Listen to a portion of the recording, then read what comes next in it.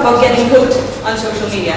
And the reason that I say getting hooked is because if we look at our behaviors online, and I can say that for at least the people that I know in here, I know that many of you are online. I know that many of you have LinkedIn profiles. I even played stalker on Philippe earlier today by telling him that I know that we work in the same industry. Which is interesting because it's somebody I haven't spoken to in years. Nevertheless, because of a social profile, I found out that we have something in common. And maybe I can learn something from him and he can learn something from me. So I don't do mistakes that have been done already. Or just make myself smarter in one way or the other. And sorry, one more second of that image. And what I tried to present here, I started with, I find it a fun image. Because of the fact that what you have here is a guy in the 60s predicting how computers in 2004 would look like. And think about what you have today. Think about your iPad, think about your mobile phone. We tend to make our future a lot more complicated than it really is. In the same way, now when we're talking about social media, what we tend to do is say that, that's just for kids, it's just for gossiping and whatever else we're using Facebook for these days. But if we really try to put it into context, we will see that it really fits our life. And now we can go to the next one.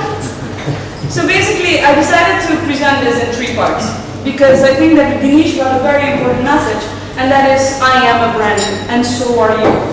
And we are a very special breed, because we are Dutch Caribbean people. What does that mean? Now we can go to the next one. What does that mean?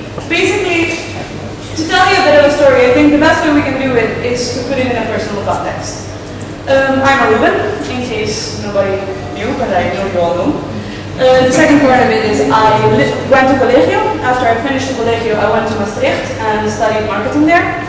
And basically then I came to this crazy idea that I wanted to date a Danish guy. And I was crazy enough to go to the point to decide that I'm going to move to Denmark and see how Denmark could be.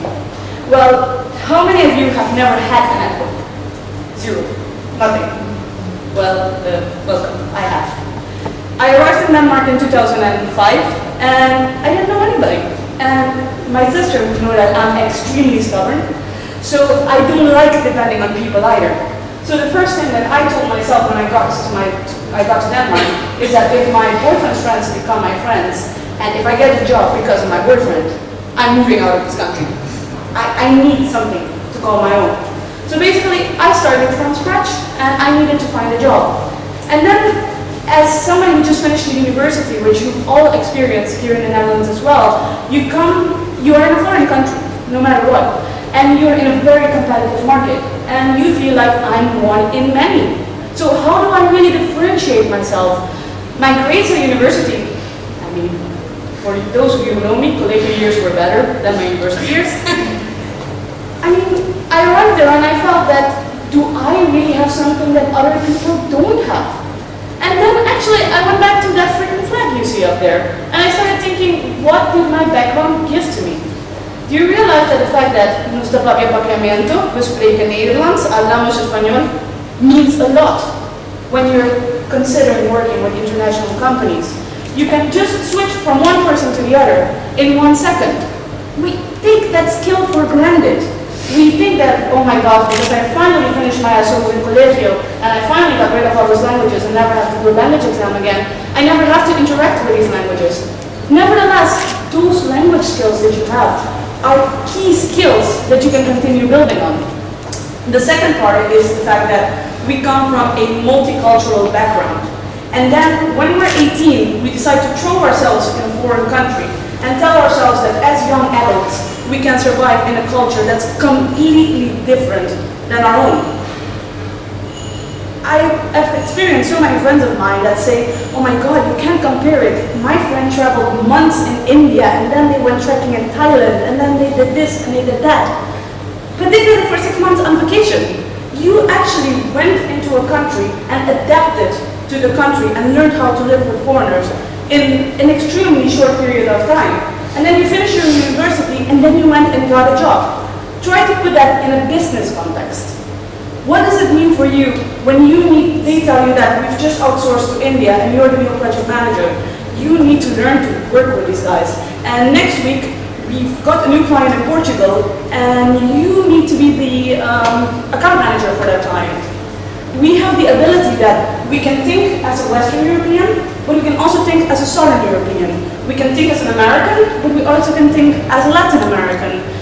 Our Asian skills, I can tell you, they need improvement, but thankfully, we are in Europe and we can do this. So basically, when you think about networking, start thinking about how do I present myself to people. And now, of course, we're going to change into how we present ourselves to other people online. And start thinking about those skills that you have, that you've taken for granted, because they actually are a major differentiator. I've been extremely lucky. I've ended up in a company where, here you have my colleague, he's Portuguese, I'm Aruban, my boss is French, and his boss is half Spanish, half Danish. It's an incredible environment because it's extremely international. Nevertheless, if there's one thing that I've thought that, why am I so lucky, why did I end up there? It is those intangible skills that we have because we're Arubian. It's the flexibility that we have that makes us connectable with a lot of people. If it's a Southern European, you have a language. You have something, you have that spark, you have the je ne sais quoi that just connects you to people immediately. If it's Northern Europeans, I can tell you they're stiff. I've lived there 6 years and I can promise you that. Nevertheless, you've learned to work in a very strategic way, in a very organized way that you really connect to. So you can connect with many different people at many levels, which goes to our next slide. So now, what is the key problems that we have? And I tell you we because I'm still challenging every day with that problem.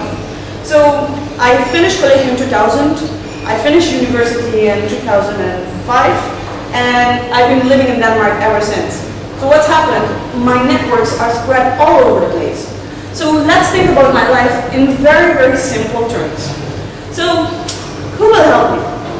It is something that it's about your personal life, it's about your work life as well. You have this circle that you trust because you consider the circle to be knowledgeable people. If I have questions on social media, I go to the niche because I know that I trust his judgment when it comes to it. If I need a relationship advice, I go to my sister. I mean, I go to Crystal. And I know that I can rely on that person for those specific things. In the same way, when I want to discuss ideas, I know who are my friends that are open-minded, that maybe have IT knowledge, that have that skill that I don't have. But then comes, who will I drink with? Then comes, who am I social with? What I've noticed with my life is that I've segregated all of this. And I've realized that it's not only a problem that I have, but that many professionals in the Dutch Caribbean society have encountered as well. If I see here the people that I've met today, you could say they belong to the group to the right. I've never really included them in the group to the left because I've always connected my work life to the people that I met at work or the people that I met through work. Nevertheless, this world has changed, whether I like it or not, which basically goes to my next slide, because as Manish said, the web crawls everything. What does that mean? It meant that because of LinkedIn and because of the fact that I'm connected to Joris and to Crystal, I got Philip appearing on my recommendation list. Do I know this guy? Yes, I met him 5 years back. I've never talked to him since. But all of a sudden, hey, maybe I can use him for something. All of a sudden, we're in an environment where even if we don't ask to be connected to people, we are. Then LinkedIn is the one example. Everybody wants to be there because I'm not going to lie to you, when I hire people, the first thing that I do is I go into my LinkedIn network and I ask, do you know somebody with a skill set? Because this is where I connect to my professional network. In the same way, if I get stuck, yes, I go to my friends. Nevertheless, it could be that I'm extremely embarrassed or I think that they don't have a solution.